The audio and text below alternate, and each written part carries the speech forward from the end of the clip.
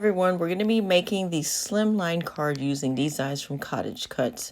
This is the Slimline fence that I use, and this die here is the circle window Slimline. You get a bunch of extra parts, and I'm going to be using this super cute farm animals, and you can see you have a bunch of different layers that you can use to add extra parts to your animals, like his hair or his tail, to give it some color and to add some depth to it.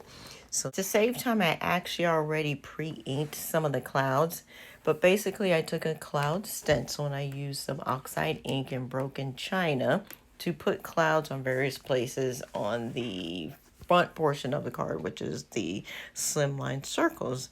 I took some acetate and cut it, and this is what I'm going to be using to cover the openings on the die cut, because I'm going to be making a shaker window out of one of the openings, which is the center one. This is the horse that I kind of pre-colored beforehand, and now what I'm going to do is I'm going to color the fence using C1, C2, C3, and C5 to give it some shading. I'm actually going to speed up the video as I color these fence here so that I don't bore everybody, and I will be back once I get to the next portion.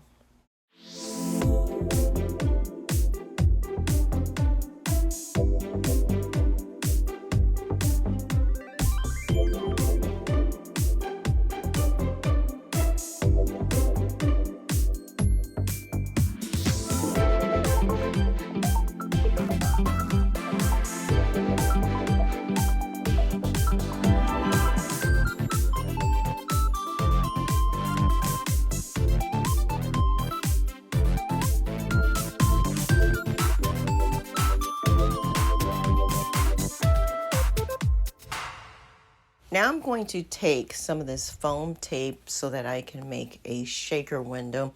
Basically what I'm doing is sort of trying to cut the foam tape in the shape of a circle so it kind of goes around the edges easier. But in actuality, all you have to do is once you take off the other side of the foam tape, it's easier to mold and bend. Don't ask me why I was doing it the hard way here, but I didn't realize that till much later. Well, actually, I forgot about it. So as you can see, I'm just putting this foam all around my openings, and the acetate was already laid down from previously, so the foam is going on top of the acetate that we just laid down. Now I'm going to start coloring in this cute little sheep. I'm going to be using my C0, C1, C2, C3. And what I do usually is I lay down my lightest color sort of all over the image that I'm going to be coloring. This for me kind of helps the colors blend a little bit easier because the paper is kind of wet already.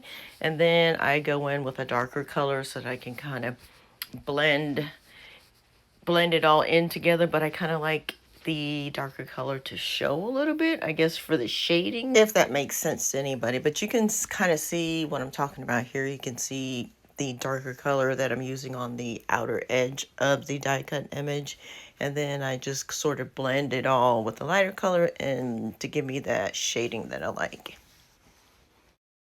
And I'm just about almost done coloring this little guy up. And what I do is I then take a pigment pen and I use that to give his eyes some color. I'm just going to color his eyes in black here with my pigment pen.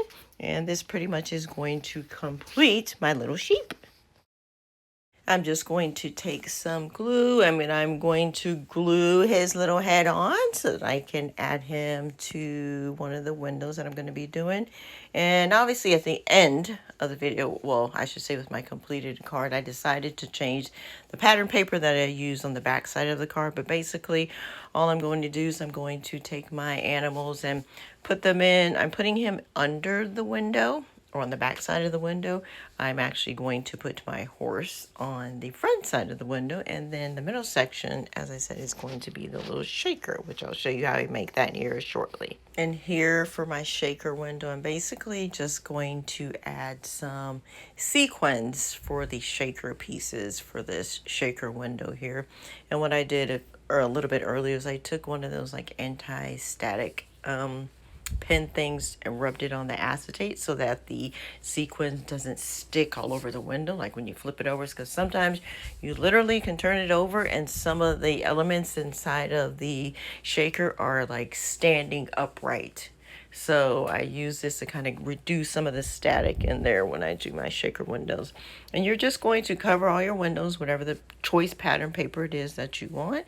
And you're going to add all your animals to it and then complete your card for a nice, cute farm animal card. I hope everybody enjoyed this video. I'm just kind of doing voiceovers. I'm hoping to get better at them. And hopefully this one wasn't too painful for you.